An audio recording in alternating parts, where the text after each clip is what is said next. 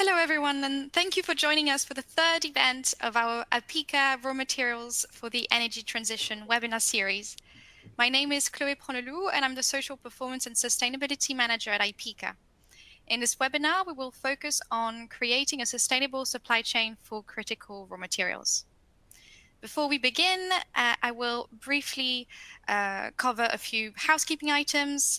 So at the bottom of your screen are multiple application tools that you can use, and all the tools are resizable and movable. So please feel free to move them around to get the most out of your desktop space.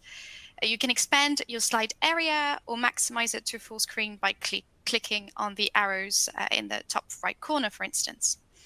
If you have any questions during the webcast, you can submit them through the Q&A widget. And as we have a full house today with our four great speakers, we will be answering questions after our speakers have given their presentations.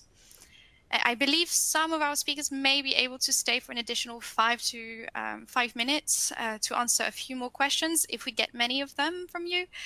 And in case the audience is interested in staying a little longer.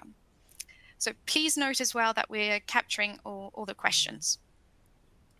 For the best viewing experience, we recommend, of course, closing any programs or browser sessions running in background to help conserve bandwidth. I will briefly introduce our speakers in just a moment, but due to our limited amount of time, I unfortunately can't do justice to their impressive profiles. So I would invite you to read their full bios on the right-hand side of your screen for more information. Finally, this webinar is being recorded. An on-demand version of the webcast will be available approximately 1 day after the webcast, and it can be accessed using the same audience link that you should have received. So this is the third webinar of the APICA Raw Materials for the Energy Transition series. The first two webinars, which were live on Wednesday and Thursday last week, were very insightful discussions. And if you didn't have a chance to listen to them yet, I would really recommend you doing so. And so to access the recording, please register yourself using the links on the resource box on the right of your screen. Right, and today we have four speakers, as I mentioned, from four different organizations with us. We're very grateful for the time and for sharing, and to them for sharing their expertise with us. So first we'll have Anu Balraj, who will start this webinar by discussing emerging regulations, the need to conserve critical materials, and to design circular systems. Anu is the Global Circular Economy Lead and a partner at KPMG in the Netherlands, where he is responsible for leading sustainability in circular economy engagements. Second, we'll have Helen Carter, who will delve into modern slavery risks in supply chains. Helen is lead consultant on modern slavery and human rights at Action Sustainability. In her extensive career in procurement and sustainable procurement in particular, she focused for the last 10 years on modern slavery and human rights. And she's the lead author for the solar panel guidance paper for procurement, which she will be touching on in this webinar. Third, we'll have Dr. Fernando Aguilar Lopez, who will focus on geopolitical aspects and challenges in managing the demand for raw materials in the case of lithium-ion batteries. Fernando did his PhD at the Norwegian University of Science and Technology, focusing on the nexus between energy and material supply security for lithium-ion batteries. He's now the CEO of his company, Siempre Energy, and which focuses on energy optimization and resilience solutions.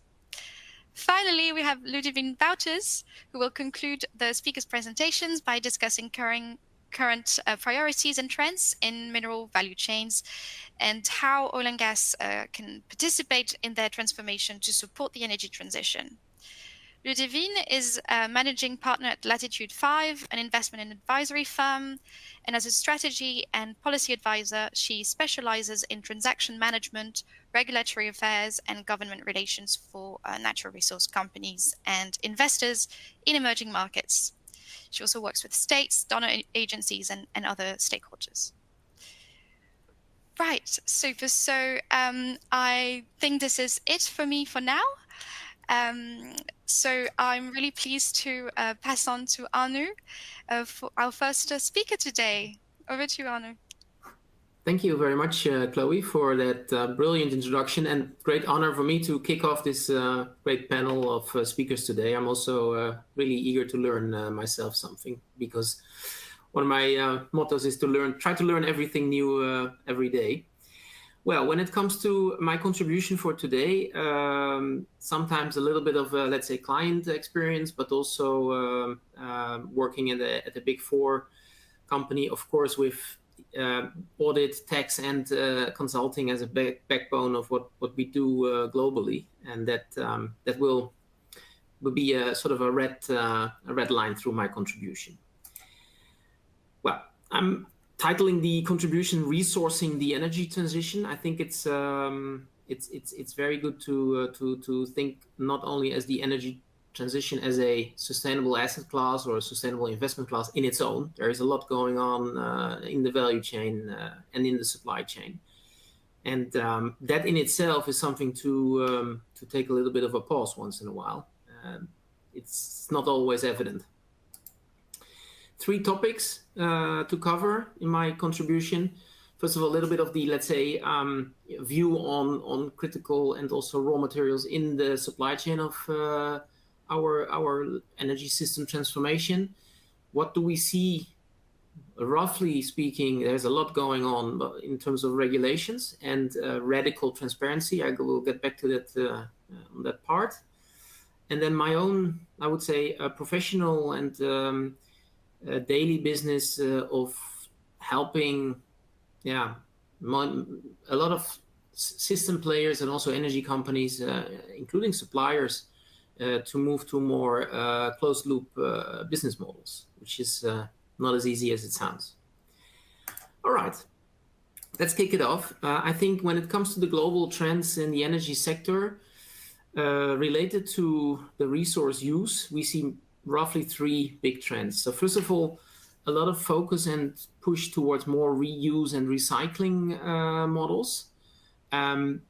Because of the sheer, I would say, demand that is visible in a lot of studies. 6-fold increase is something quoted a lot by 2040 to reach, let's say, the higher maturity net zero strategies, which means when it comes to, for example, nickel and cobalt, you see that on my second bullet, some of these materials have higher demands than others, and that's also good to keep an eye on. Even though it's sometimes low volume in a specific asset, it is highly critical.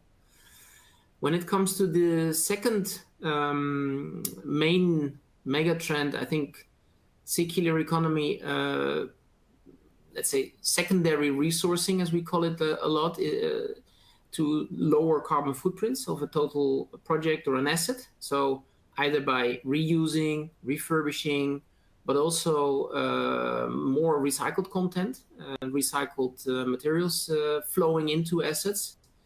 That's a big push. EVs, when it comes to EV, but also renewable energy assets in itself. But when it comes to circular materials and the possibility to lower those material product emissions, it's often hard to abate emissions. So not easy to make the shift from virgin to non-virgin materials. Last but not least, on this overview slide, in the sense of trends, circular systems is a concept that is introduced more and more. So including those circular principles by design, so ready to repair, ready to reuse, ready to refurbish, and standardize that across value chains is a big trend, not only in the regulatory side, also, for example, the ISO technical working committee is very busy on that. And what we need to avoid by thinking through the life cycle of assets in the energy systems is to, well, very simply said, create a waste problem in 15 to 20 years when we decommission. This is a an overview which is really easy to stick into your mind. I try to make it as simple as saying half of global emissions reduction that can be realized through changing our fuel and energy systems. Like we saw in the last COP, fossil fuel phasing out, yes, very, very necessary and important, but still a lot of carbon is embodied in stuff. That's daily stuff. That's the shoes you're wearing, the steel in your car, and for example, topic of today, the battery in your electric car. And those, let's say, half of global emissions that need to be tackled through other ways of producing and consuming. That's the short message that I often share in boardrooms, but also in the energy sector itself. So it's not only a carbon tunnel vision and looking at fuel systems alone. That's the message. And by keeping products and materials in the loop, designing out waste from a lean perspective, and also the economics behind that is not only helping net zero, but a wise thing to do. I will very shortly touch upon this because we have a great speaker today on this broader topic, but the environmental and ecological impacts of critical raw materials that feed the energy transition is quite well discussed. I personally think that the social side needs more attention, and also the trade-offs between social impacts and environmental impacts.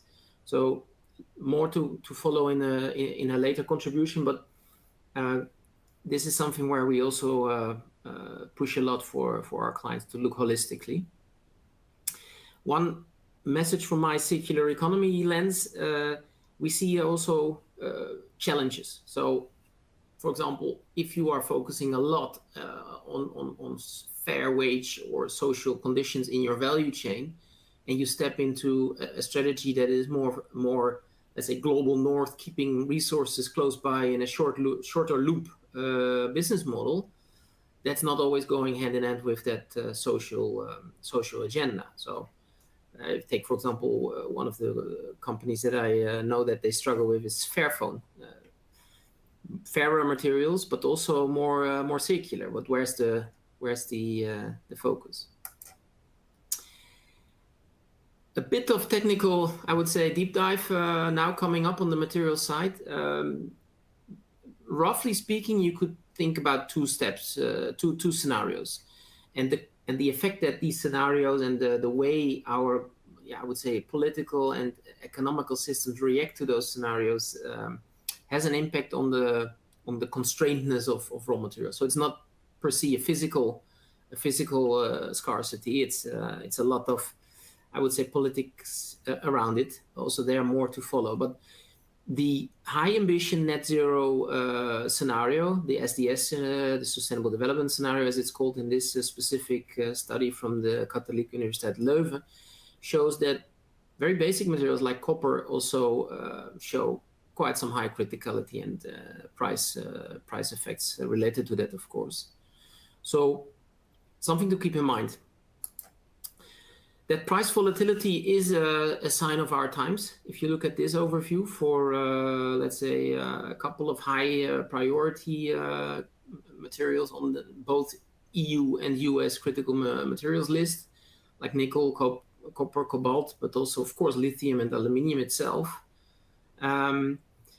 This is a pure economic play, right? How are we securing long-term price stability? How are we hedging risks of volatile prices into our value chain strategies and supplier strategies? That's from a different perspectives, both from a government but also from a supplier perspective into large-scale projects. A driver that is not to be underestimated. When it comes to I would say the criticality in itself and also the geographical, constraintness, this graph shows it all. So look at, for example, graphite or lithium in this overview in the processing part. It's it's very dominant, and you see clearly where the supply is right now, and the foreseen, let's say, share of those producing countries is what is driving a lot of policies, how to get access to those materials in a more diversified strategy. And that will have an impact on business agenda as well. How do you react to those government policies? That's a nice bridge to the next part. Roughly talking, I always talk in the sense of radical transparency hitting a lot of markets, specifically in the EU, but do not underestimate also what's going on in other geographies. For example, the SEC with climate already quite far-fetched for listed companies. So the CSRD is something you probably have heard about. It's mandatory sustainability reporting, including critical materials that need to be reported, not so much on the granular level, but on the type and volume under CSRD ESRS E5. So when circular economy is a material topic to you as a company, critical materials will enter your public reporting statements, and your auditor will have a look at that. And that's something to really prepare for if you're not already doing that. We see sector-specific standards, including oil and gas, and also the mining industry, coming up over the next years. There is a lot going on in that domain.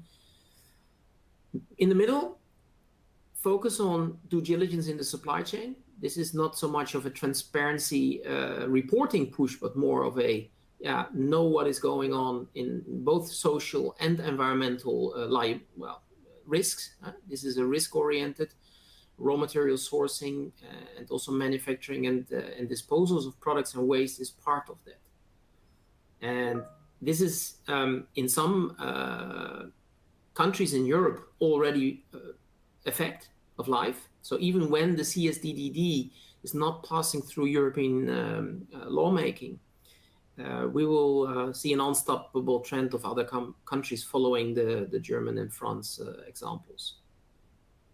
On the right, circular economy as I would say, instrument to push all sorts of transitional topics, carbon emission reduction, biodiversity risks and independencies related to resources. So there, the influence of closed loop business modeling and also requirements to move to more sustainable products as a norm, for example, eco-design requirements that enter the market, is a big trend that by design will hit the energy transition related sectors as well. We also see, because of that circular economy push, I would say from the tendering and government pool perspective, circular economy criteria entering tenders. So it's already a real life topic, pushing, I would say, resource inflow, outflow, and transparency on resource use and the level of circularity of specific energy projects to the next level. Last but not least, in the bottom, maybe some of you have heard about it, the European Critical Raw Materials Act. It's there. It's not 100% clear yet what it will mean for business, because it's more focused on the public policy arena. But there will be quite some interesting thresholds to be established on the national level, for example, with minimum thresholds on recycled critical raw materials or sourcing criteria. So, all right. Looking at the time, I move on. We do some research once in a while. The client base that we serve globally, specifically in Europe with CSRD, is not ready to quantitatively report on circularity. So knowing what's in your value chain and the, let's say, percentage of circularity performance is something where there is a hard push going on at the moment. I move on a bit because of time.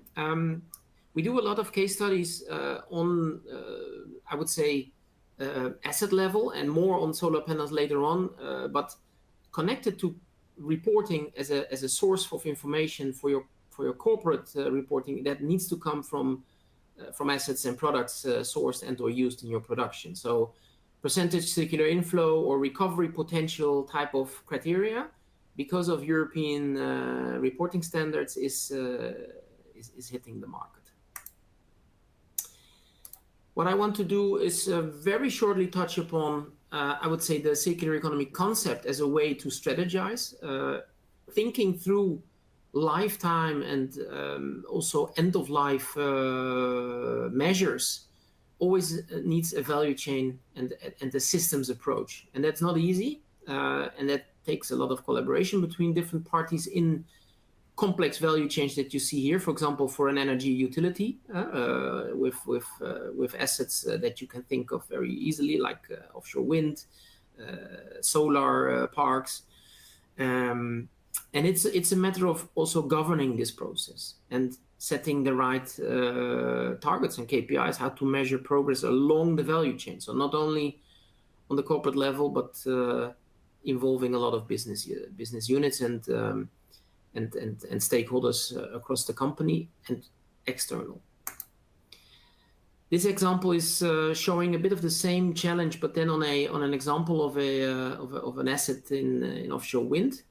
So the big message here is to embed circular economy throughout your full value chain. So in the supply base, in design, in your procurement strategy, of course during construction itself and avoiding waste there, all the way down to end of life, end of use, I would say. So the use phase extension and reuse as a strategy is coming up very quickly as a mandatory part, but something to prepare for.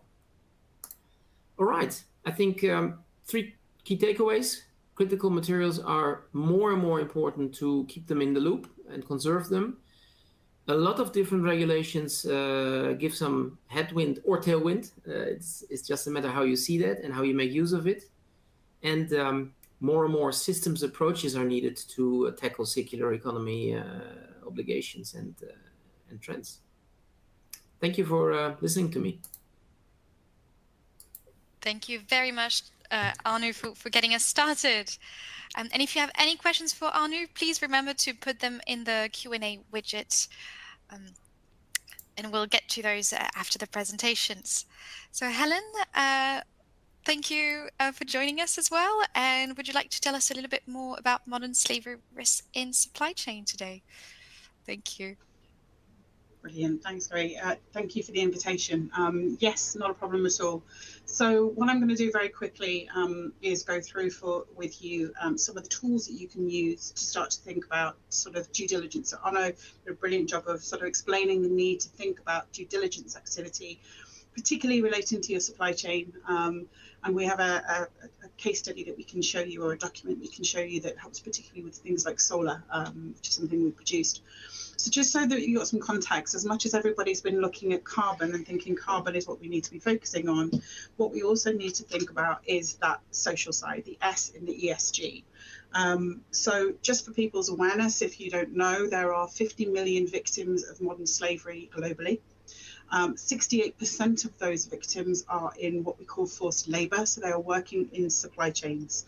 And amongst the G20 countries, there's $468 billion worth of goods, which includes a lot of critical materials and solar panels that are being traded amongst the G20 countries that are linked to forced labor somewhere in those supply chains or modern slavery. So it is more prolific than you realize. It's embedded in so many of these critical material supply chains. And what we need to do as organizations is have a process in place that helps us identify and manage those issues as we find them. One of the key things to take away from this today is that at no point is it about standing up and saying that you have no victims of exploitation or modern slavery or forced labor in your supply chain. It is turning that narrative around to we have a responsible way where we find it, we fix it. It's probably the simplest way of thinking about that. So we've already seen the focus around CSRD. There's the ULPA legislation in the US, which actually bans goods from coming into the US. And we know the stories around solar panels. At one point in November, I think it was about 12 gigawatts, I think, of solar panels waiting for entry into the US. So due diligence is becoming imperative to maintain the criticality of your supply chain, as well as ensuring that these issues are being addressed within that supply chain, albeit it's tough. Because this is a mixture of state, it's a mixture of politics, it's a mixture of organisations that we need to be thinking about. So even if things like CSDD don't get a knowledge, which it looks like there's some struggles with that, disclosures mean you have to have a system in place. So how do we get that system? There are a number of standards around. I'm not going to dwell too much on who we are. You can take those slides. One of the things that I've been involved with in the last sort of 5 years is the creation of a British standard called BS 25700, which is a mechanism or a framework for organisations to think about how they try and address the modern slavery, forced labour aspects associated both in their own organisations, but in the associated sort of extended supply chain or value chain, whichever way you want to describe it. It's based off a standard called ISO 2400 as well, which is linked in its sustainable procurement. And this is about really starting to understand what you as organisations are trying to do. So it talks about your policy structure, it talks about the governance that you've got in place, who's got accountability. And then again, we've seen on the previous slides, this issue of risk, where does it sit? The key here that we have to think about, though, is that for the first time in ages, we need to be thinking about risk in terms of a dual approach. Not quite double materiality as we see in ESG, but definitely looking at it from the human perspective as well as the organizational perspective. So what's the risk to humans and what's us as individuals and to people, and what's the risk to the business? And there's a huge correlation there between those sort of interdependent risks that we need to be thinking about managing effectively. So the standard then also looks at what the role of procurement is and what the labour standards look like, that recordance and reporting. And the key thing here is that what do we do if we find it? What's the remediation strategy that we need to be putting in place? So the methodology that was created in this standard is going forward to producing an international standard. I'm currently leading the UK delegation on converting this into an international standard, ISO 37200. And at the table we have Germany, we have China, we have Japan, we have Argentina, we have Canada, all trying to work out how we can actually turn this into something that could be used by organisations to help them carry that load themselves. It's aligning with UNGPs, it's aligning with OECDs, lots of acronyms I appreciate, but these are key standards to be aware of when you're thinking about how we try and deal with that S side of those requirements going forward. Something we did and is available for you to download was we launched last year a procurement guide for solar panels. So within the procurement guide, we actually worked with a lot of stakeholders in the UK. We interviewed and talked to organisations across the world, everything from installers all the way through to manufacturers, through to procurement teams, through to government bodies, to help think about how we can put practical advice together. So the guide itself has a huge range of activities that you can go into regarding who you are, what you require to understand around responsible sourcing activity relating to solar panels. And our plan at the moment is to think about expanding that into some of the other areas of what we call just transition, this idea of all the batteries, all the other activities that we need to be thinking about within the minerals. It's online, it's free to use, and it's structured into 3 different sections. So the first one gives you the background as to what's the issue particularly. We have links into circular economy, we have links into waste, into other issues as well associated with this, so from a sustainability perspective, but we are focusing specifically on probably the hardest part of this little jigsaw puzzle, and that is the forced labour and labour rights associated with all of the components that go into a solar, as well as the production of solar itself. Then in there's some really tangible procurement guidance itself. So there's example questions, there's ideas of how we deal with leverage so that we understand how we can either work collaboratively or how we can actually work alongside other organisations. And interestingly, we're currently talking to Australia, the Anti-Slavery Commissioner, about how Australia could look at this. We've got contacts in America who are thinking about a similar thing. The approach should be universal, and that's really what makes things a lot easier for us. But it's not just about procurement in terms of I'm going to put in a question or a contract clause. This has got so many layers of complexity associated with it. It is not easy. It is not straightforward to do. So there's lots of things that need to go on in the background to enable success to happen. So there's also a section on the deeper dive piece on really how do we look at some really tough questions that are associated with that. So my brief was to give you a very quick overview of some tools that are available. Those are the two that I would recommend. Anna's done a great job already of explaining the S that we need to be thinking about. And it is important that we do start to have that idea of how we get a balance between those two. You are able to download the guide. As I said, it's totally free. So please feel free to do that. And the principles behind anything, whether it's circularity, whether it happens to be the carbon impact, or whether it happens to be some of the human rights or modern slavery aspects, is principles of sustainable procurement, of which I could spend hours talking to you about as well, but I won't. So again, a really useful report, again, available for you to download here and get some information on, which gives you the principles of sustainable procurement and how it tends to go through. So a massive thank you from me. I'm going to stop there because I only have a very short time, but hopefully there's a few useful things and nuggets for you to go into. But remember, sustainability has an E and an S, and it is about trying to find out how we balance that. Thank you. Thank you so much, Helen. That was such a great overview, and yeah, so much more to discuss, but hopefully we'll have a bit more time during the Q&A. And Fernando, you're our next speaker, focusing on lithium-ion batteries. Would you like to go next? Absolutely, thank you, and thanks to the other speakers for the nice presentations. I think we all have very interesting insights on challenges in raw materials.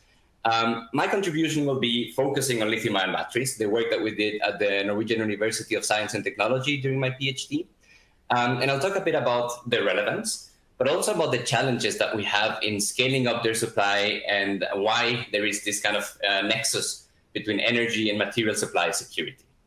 So I think it's been already said quite well that climate change mitigation now more than ever depends on a resilient supply of raw materials. You have here different scenarios of electrification of different sectors, and we can see that the more aggressive the decarbonization of the sectors, the faster the phase out of fossil fuels needs to be, and of course, the faster we need to build up our clean energy infrastructure.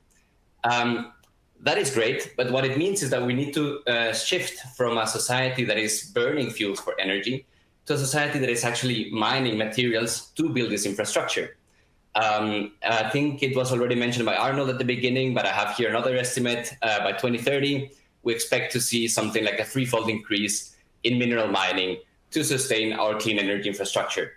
And I think it's interesting to see that this happens across many different technologies, from nuclear to wind and solar. But electric vehicles, here EVs and storage in yellow on the right side, we see that this is the biggest demand for raw materials that we're going to have. And you can see on the right side here at the last graph that we need a lot of different minerals to make this happen. And so it is clear that there is an exponential increase in raw material demand. And it seems that the biggest sector that is going to be consuming these materials is going to be the electric vehicle and energy storage industry. And I think there's really two reasons for this. Essentially, if we look at batteries as a technology in itself, I'm sorry, the image doesn't seem to be in very high quality here, but I just want to show that EVs or electric vehicle batteries, lithium-ion batteries today, are just very resource-intensive technologies. If we compare them to hydrogen, for instance, you can see that it's marked as a high intensity in copper, cobalt, nickel, and other materials. So in summary, we need a lot of materials per battery, but more importantly, we're going to need a lot of batteries in the future. There are already about 1.5 billion passenger vehicles in the world, all of which are supposed to get a 300 kilogram battery inside of them. On top of them come trucks, maybe airplanes, ships. And so it's just really an unprecedented amount of batteries that we're going to need for the transport sector. But we also shouldn't forget that batteries, or at least some kind of energy storage system, is going to be central for energy production as well. our renewable energy is intermittent. That means we can't really control when it's producing. And for our grid to be balanced, I think this book, which I really recommend, put it greatly.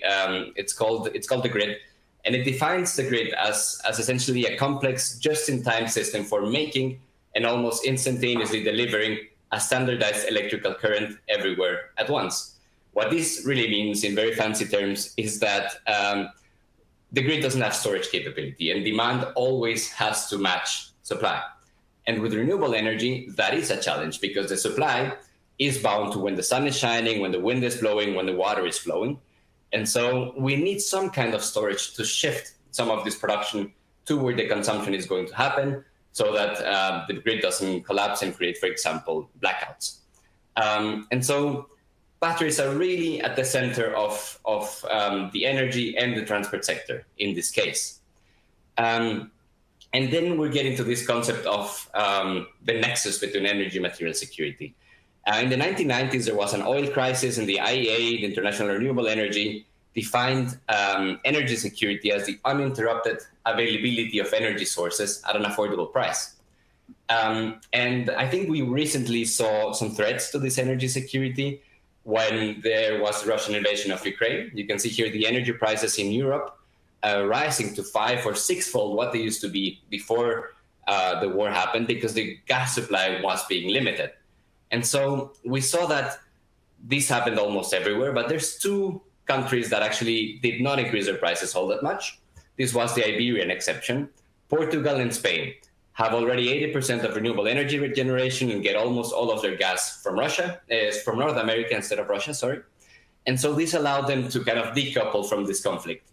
But what is important to note here is that what allowed them to do this is that they are already having this clean energy grid, but they relied on the supply of raw materials to make this happen. And so in the future, as we more and more decarbonize our energy systems, the region's ability to source these materials to build up their infrastructure is going to determine how their energy security is also going to develop.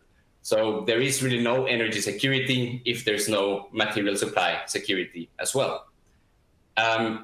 And that can be a challenge. And so here we're getting now into the risks of material supply security, which I try to summarize in 3 key aspects. Number 1 is that to produce materials, it really takes very long lead times, sometimes 2 decades, sometimes 3 decades, until we can open a mine. It's not like we say next year we need to double the lithium production and we can just do that. But there's a lot of permits, studies that need to be done, and so it takes very long time. At the same time, there's a lot of uncertainty in the future demand. And so, technology is developing very quickly. We don't really know exactly what kind of batteries or energy storage systems we're going to be using in 10, 20, 30 years from now. And that creates a bit of a disconnect between the supply system, which is saying sort of, hey, I need to know what you need to plan ahead and start producing now or preparing now for the next 2 decades. And then the demand side is saying, well, actually, I'm not really sure what I need. And so it's a risk for suppliers to invest in big infrastructure if they're not certain that there is going to be a demand for what they're going to be producing once their investments come online. And then to add complexity to this issue, we have geopolitical and global trade issues. We have seen it with Russia, with China, the tariffs that have been imposed, that any geopolitical tensions can actually also affect our ability to get those materials, even if we're producing them at the pace that we need them. I think this is something that we need to keep very much in mind, that the global system, a global abundance of resources and reserves doesn't necessarily mean that we can get those materials when we need them and where we need them as well. So I prepared a few examples today to go through, which are kind of based on these scenarios that we did, where we try to do some forecast of where the demand of materials can go. In the Matilda model, I encourage you to look up the paper. And kind of, let's consider this amount of demand if we want to reach net zero electrification by 2050. What does that mean for the materials? And then we looked at the material supply chains individually to see how can the nickel system accommodate that much production. Today, I'll just present nickel and lithium, but phosphorus, graphite, aluminium are very interesting examples that all exhibit kind of different issues in scaling up their supply.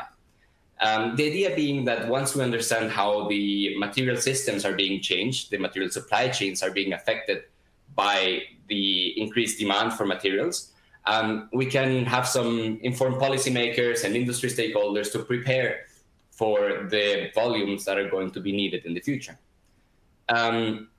So in the case of nickel, bear with me, I know how this figure looks, but essentially what I want to say here is, you can see on the top side, there is the sulfidic production line. So there's different processes that need to scale up in order to scale up the production of nickel. And then there's the lateritic processes. This is the orange arrow on the bottom that you can see has a different set of processes to produce the nickel. And the main product that you get is essentially class 1 nickel. This is very high purity nickel that is used for batteries. You can see batteries in process 13, 14. It's a very small part of the nickel consumption today. Mostly the nickel is going to stainless steel at the moment, which can also take this class 1 nickel, or a little bit less purity, this class 2 nickel. And so what is interesting here is that it's a little bit of a tail of the turtle than the hare, because the sulfidic route is way slower to scale up than the lateritic route. And there is a problem with that. And that is that the pathways that are fastest to scale up, the lateritic, are also the ones that are much more carbon intensive than the slower sulfidic pathways. So you can see here the hard carbon footprint against the time that it needs to scale up production. And you can see that NPI, this is mainly happening, nickel pig iron production happening in Indonesia today. They, by the way, also banned exporting the raw material, so they just export the refined product, changing the supply chain of the system. But this has kind of a risk of saying, all right, we need all of these batteries, we'll produce the materials, but then the energy or the CO2 intensity of this material production is going to be tenfold as it is today. So we're not really doing much for emission reduction if we don't look at how we're producing the materials as well. And yes, there are regulations that say there is a CO2 cap on batteries, and this is going to help us remain within limits. But this can also create problem shifts. So if only the battery industry is regulated, then they may just buy the sulfidic nickel, take it from the stainless steel industry, and then the stainless steel industry, which is not regulated, will get all of the high CO2 nickel, essentially do nothing for the system, but batteries look very green, let's say. And so what I want to say with this is that when we think about raw materials, when we think about new technologies, we need to keep in mind, as Arnold said, that we need a systems thinking, because these materials are not only used in one industry, but they affect the entire supply chain of that material. I have here an example of lithium, where we have done some studies on the deposits globally. You can see that most of the deposits are in South American brines, that's on the bottom left, and on Australian mines on the bottom right. And we did some scenarios on how, depending on how these resources can be exploited, the demand could be increased over time, the supply could be increased over time. You can see that we have in green probable scenarios, optimistic scenarios in yellow, and in red breakthrough scenarios. This is really scenarios where new technologies are coming in for mining, that we really can scale up production at an unprecedented pace. And we compare that to our models and see how that can keep up with the electrification of the transport sector alone. The results are the following. You can see here that the demand curves often exceed the production curves. That means that we are likely to run into shortages of lithium in the near future, because even if we have a lot of deposits, that doesn't necessarily mean that we can get those resources fast enough. The first column shows the situation without any recycling at all. The second column, you can see here now, recycling is helping us push down the demand, but only after 2035 or so. And I think that's something we need to remember, recycling is good, but it can only help once the batteries are getting out of the system again. It cannot help us if we haven't produced the lithium in the first place. And so in the long term, it's a good strategy. In the short term, we actually need to go to the third column, which includes strategies of including other technologies beyond lithium-ion. That's, for example, sodium-ion, hydrogen, which of course use other materials, and we should keep in mind that it's still a system and that they will affect other supply chains. But at least for the lithium issue, we see that there is going to be a need for that in the short term. And also we can think of social changes, for example, driving smaller vehicles, investing in public transport to need less cars in the first place, to push that demand down in the first place and don't run into any shortages. So that's it from my side. Thank you very much for your attention. If you have any questions, you can ask them now after the panel, or just email me. I'm always happy to discuss. Thanks a lot. Thank you very much, Fernando, for this for going, providing a presentation, going a bit more into lithium-ion batteries. And I'll now hand over to Ludivine Wouters, our last speaker. Ludivine, over to you. Thank you very much, Chloe. Can you hear me well?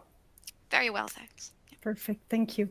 Well, I'm going to rebound on everything that my colleague just said, because a lot of the conversations that we've had, including in the first webinar of the series, sort of hinge on the assumption of availability of these minerals and the fact that mineral value chains will be redesigned to actually achieve the objectives. And I think what I would like to discuss today is the uncertainty of that, and quite frankly, how oil and gas as an industry can position and can play a role in ensuring the availability of these minerals and in unlocking their production throughout the different value chains in a sustainable way.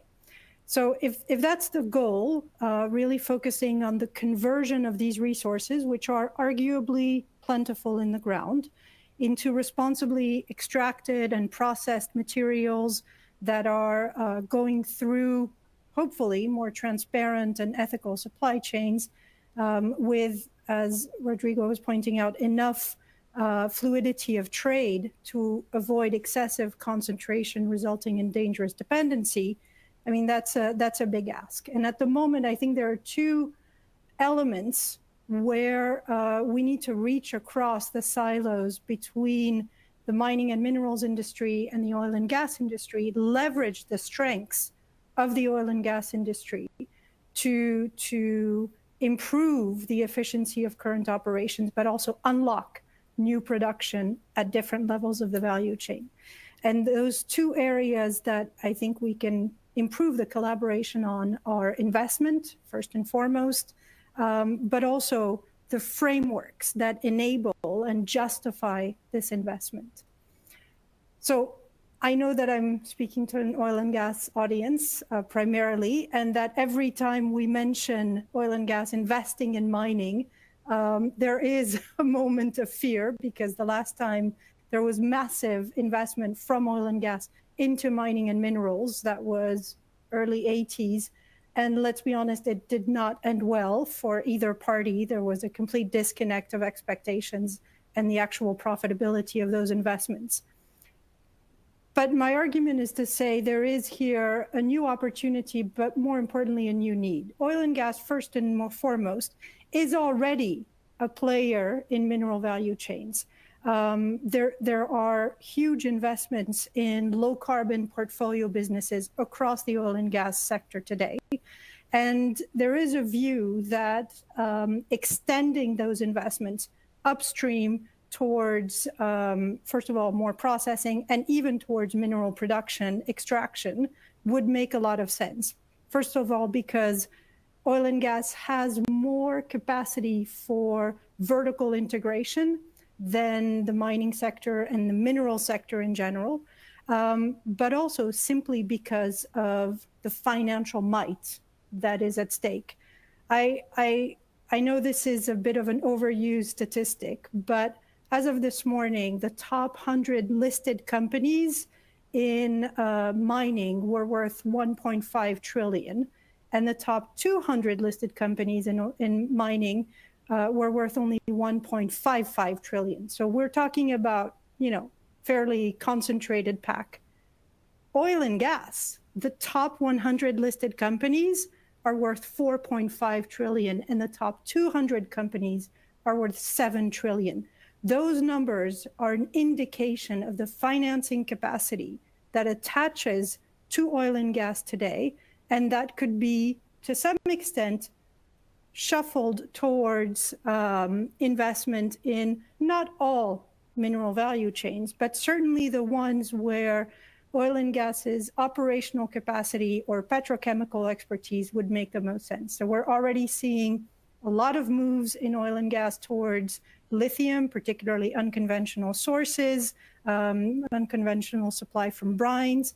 But there's also quite a bit of green shoots and current investment starting in anode value chains with graphite and needle coke, and the fact that they fundamentally integrate into existing value chains within the oil and gas industry. I think what we need to consider here is the fact that the price volatility and the market inefficiency in key critical minerals is effectively creating the elements of a future shortage. So lithium has dropped 70%, almost 80% over the last 12 months. Cobalt has dropped, I think, 60+%, depending on which pricing you're using. Nickel, manganese, graphite, all of these have had significant drops. So at the moment, what we're seeing is a downward trend, which is on the back of a short-term slowdown in EV demand. But fundamentally, it's more indicative of a market failure because the drop in demand is much more limited than the actual drop in pricing of these minerals. And that means that at the moment, we have operations that are being put on care and maintenance. We have new investment being stalled, fundamentally creating within 5 to 7 years significant shortages. And beyond the battery materials, let's be honest, energy transition is more than generation and storage. It's also the least sexy but most necessary element of energy, which is transport and distribution. And at the moment, we have a copper price that simply doesn't reflect the future need of copper, and has not for several years. So there is an argument to say that oil and gas could actually step into some of these critical mineral value chains to effectively create the market for these critical minerals within the short term, and simultaneously create its own value chain and diversification.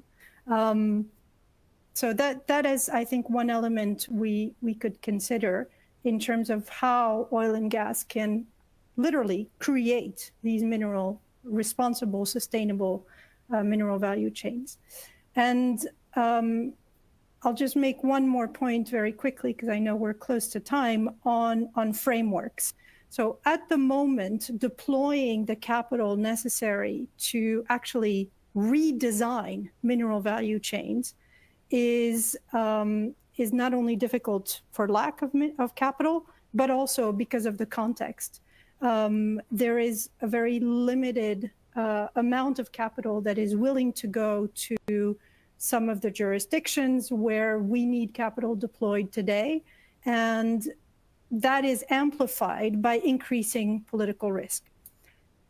Navigating these complexities and actually acting with other investors, with regulators, with policy shapers to improve the investment frameworks, whether that's by addressing, for example, resource nationalism or local content and value addition expectations, or by standing with some of the regulators or policy shapers who are pushing for more processing to happen in country, but struggle to come up with the enabling conditions, whether that's a skilled workforce, the necessary infrastructure, and more importantly, the right policy and governance choices.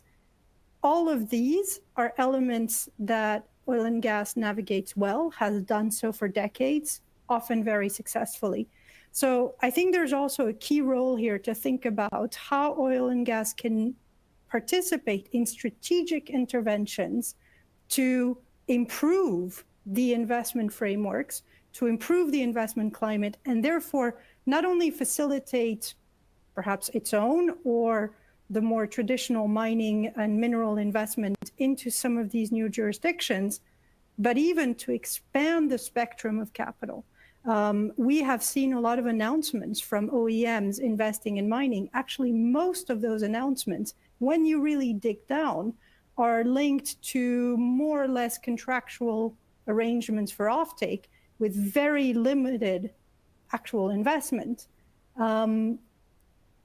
De-risking, acting on the governance that actually mitigates political risk and operational risk, will open up the pools of capital available to critical minerals. And this is also an element where I think the oil and gas sector can really play a role.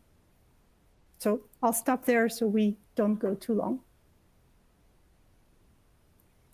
Thank you, Ludivine, for this final presentation, and thank you to all the other speakers as well for their really insightful thoughts on this. I'll quickly move on to questions because we have a limited amount of time, and I realize Helen has to go. Just to recapitulate what I mentioned at the beginning, because we have had a final confirmation from an additional speaker. We're a little bit short on time, so we'll stay for an additional 5, perhaps 10 minutes, depending on questions and answers, of course. So if Helen, you would like to answer one of the first questions, which was around whether you could mention any guidelines available on biofuel supply chain, and I think other attendees were interested in receiving the guidelines you presented, and also another question that you might be able to answer, which was, is there any list of vetted manufacturers of solar panels and batteries that have sufficient capacity to supply at scale? And the attendee mentioned that they knew very few, and they tended to supply the US, leaving Europe with the rest of it. And so what is the responsibility of a company then? Thank you, Helen. Brilliant. Okay, I will do these at rapid pace, so bear with me. The biofuels one, alongside the solar panel one, we've been working on a HVO biofuels paper, which will be launched in the next couple of weeks. It is not an indicative biofuels are brilliant or they're terrible. It is designed as a user to give you the perspective of what sustainable biofuels looks like. There's huge challenges in biofuels in relation to forced labour associated with palm oil, lack of transparency, land use being changed to allow for materials to be produced. So I think that's a watch this space one. We pulled a lot of research together. We've been speaking to lots of industry players in this space. There is no one definitive stamp, but there's a lot of information that we've been able to provide on that one. So I'm more than happy to share that with your attendees once that's completed, which might help a little bit. The link to the guides, I will just send you the direct link to those. So Chloe, please circulate that around and feel free to do so. That's not a problem. When we pulled the solar panel paper together, when we first put it together, we had a lot of people asking us that question. Can you not just give us a guide that tells us this company's good and this company's bad, and who I can then buy from? It would have been lovely if we could do that. I don't know if you know of a paper called In Broad Daylight, stuff that's come from Sheffield Hallam, basically started all the conversations around solar and the use of forced labour. They produce regularly updates on company perspectives I do know through some of the interviews that we had, there are 1 or 2 mainstream producers who are doing an absolute cracking job of trying their hardest to get some really good transparent supply chains as much as they can with the geopolitical landscape and challenges with the sanctions. The reality is, though, that it's whoever's got the strongest policy is going to get the best. So the reality at the moment is that right now in Europe and in the UK, I'm sitting here saying this from the UK, Europe is probably going to get nicer stuff than the UK because we've got very little in place at all. Whereas within sort of mainland Europe, there is at least the CSRD, which provides an onus on reporting on what you're going to be doing about due diligence. And at the moment, Central Europe is very, very interested in looking at solar panels and what due diligence activity is happening. So in terms of responsibility, it really does depend on your appetite for risk, your appetite for doing the right thing. And there's so many different layers of that responsibility that organizations need to consider. What an organization may be doing really, really well in labor standards is okay, but it doesn't necessarily mean they're doing stuff really well in circularity or they're doing stuff really well in carbon, and that's the massive challenge. So it is almost impossible to give you an answer of one company is doing this, tick, use them. It's about you having the due diligence in place. And I loved the last presentation that happened. Is the strategic thinking here that's needed. This idea that at some point we need to be able to signal to a market we have a demand within our sphere. And that's really what we're trying to encourage organizations to think about, moving away from commodity-based transactional procurement that basically sees solar panels and batteries as just cheap commodities, and moving towards there are these embedded issues that need a strategic and collaborative approach associated with it, slowly getting there, but we need to signal to markets that that's what we want. And there are solar panel companies out there who are trying to be transparent. They're just waiting for you to ask. So hopefully that gives you some of the insights that we found through the solar panel papers. So any questions, feel free. My details are on there. I do apologize. I'm going to have to dive onto my solar panel meeting. So a pleasure meeting everybody on this call, and I hope it's been useful. Thank you so much, Helen. So insightful, and have a good meeting. Thank you for joining us. Chloe, I have one addition to Helen's, I would say, tips and advice for the energy companies in the call. Looking at other industries, telecom, for example, they have set up quite some collaborative systems to go towards their joint supply base. For example, really joint audit and audit result sharing on all sorts of sustainability topics. So I think that even within the boundaries of anti-competitive laws and collaboration models that are on the edge, this is a trend that also can be looked at. Because we're talking about a scale, I think in the next 10 to 20 years, there will be a lot of scaling up of these companies. The market will converge, I think, so that makes it easier.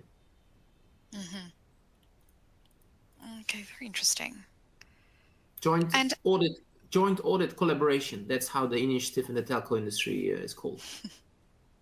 Okay, if there's anything you mentioned today that you'd like to share with members and the audience, please feel free to email me as well after, and we can share those resources. Great, and I think there was another question. Yes, so sorry, just looking for a question. I saw the question on the materiality. Exactly, yes. I'm looking for exactly that one, which is when do you see critical raw materials becoming a material sustainability matter? Yeah, maybe sharing a bit of my perspective here in 2-3 sentences. So the materiality assessment in the sense of really preparing for the effort in Europe at the moment for CSRD, DMA, double materiality analysis. As soon as you have identified ESRS E5, so the circular economy pillar in the CSRD scheme, as a material topic, critical materials will enter your reporting scope. This will have a trickle-down effect across geographies. So US suppliers into Europe as you might also know, are also covered by the CSRD because they are delivering into the European market. So yeah, this will have a global impact, this materiality discussion. And the transparency around, well, of course, you won't see the details. There's also a secret sauce and also confidentiality around how and exactly critical materials are embedded, but it will be part of external disclosures. Okay. I could add just a few comments on that, specifically for batteries. I think it's a trend that is increasingly happening. There is the proposal of the battery passport, for example, that is supposed to track throughout the entire supply chain where the materials are going, to track the recycled content, recycled efficiencies, and things like this on the specific material basis. And so I completely agree that it's a trend that is increasing and that we're seeing, I think, now mostly in the US, in the EU, but this is probably going to have effects on the entire supply chain as well. Yeah, I agree, and that's not static information, but dynamic. The digital product passporting in the battery directive is dynamic information, also a source for reporting in the future. That's right. And we have another question for you, Fernando, actually. What do you recommend energy companies to invest in? Yeah, that's a very good question, Esther. Thank you for asking it. I think we should really start thinking about making more efficient use of existing resources. If we are seeing that we have all of these challenges with producing and so on, there are options like, for example, vehicle-to-grid, car sharing, that you can have a enter new industries with the infrastructure that we already have. Vehicle-to-grid allows you to use the battery that you already have in your car to provide energy storage services to the grid, and this creates an additional source of revenue for the owner or the aggregator, for example, if there's going to be something like that. I think Volvo is already doing a great job in entering the car sharing industry, so they are preparing for less ownership and just having cars parked around cities in Stockholm, and having people change the way they're using mobility, change the way they're using these resources, and opening new business opportunities. So I think that's a very interesting thing to look at. I, of course, also think that primary production of materials needs to be expanded. Also within Europe and the US, I think we tend to want to have all of this clean energy infrastructure, that we don't want to have it in our, the production in our backyard. And I think it's important that we realize we need materials if we want clean energy infrastructure. And so that is probably going to be needed. And just the two more points. One is managing end-of-life resources in a global system as well. I think we see a lot of investment in recycling, which is great, but we first need to get those resources in the first place. And we have, cars particularly are traded all over the world. They're used maybe in Germany first, and they're going to Africa or Asia afterwards. And you need to collect those batteries. And to get those resources back, I think it's important that we think about collecting infrastructure and reverse logistics in that sense. And finally, I think having a portfolio of technologies will be important. So as I mentioned, if we put too much pressure on one specific technology that might have some issues in the future, we might diversify this risk by not only relying on, let's say, lithium-ion batteries, but also sodium and hydrogen systems. So those would be my recommendations. I hope it helps. That's great. Yes, thank you. If there's no other thoughts on this from other speakers, we have maybe one more question, maybe a final one, which is how can oil and gas residual materials do synergy into the material ecosystem? Any takers on this one? Yes, I think. So you're talking about residual materials, sort of byproduct of the oil and gas production. If that's the case, I think graphite is a very interesting example, synthetic graphite, because the needle coke that is a byproduct of gasoline production, this is the raw material that is being used for graphite production, and synthetic graphite in particular is becoming interesting because of its electrochemical properties. And I think there is a few processes in the refining system that you can adjust so that you get more of these needle coke, which historically was not very much used, just for combustion in some cases.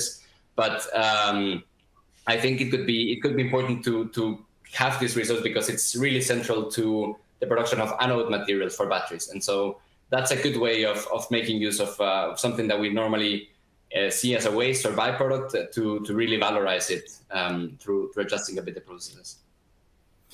Yeah, fully agree. And maybe one addition is looking at also core product. Take lubricants as an example. Very interesting to cascade up higher on the R. So really trying to receive back used lubricants from a first cycle through your client base is not only the residuals, so secondary, but also primary product that can be an interesting source for feeding into new product. And we see the first cases there popping up in the market already. So I think that's an interesting example.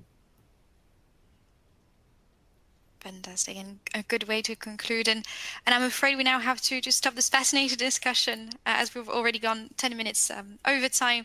But I'm very grateful for the additional time speakers and the audience have given to this webinar.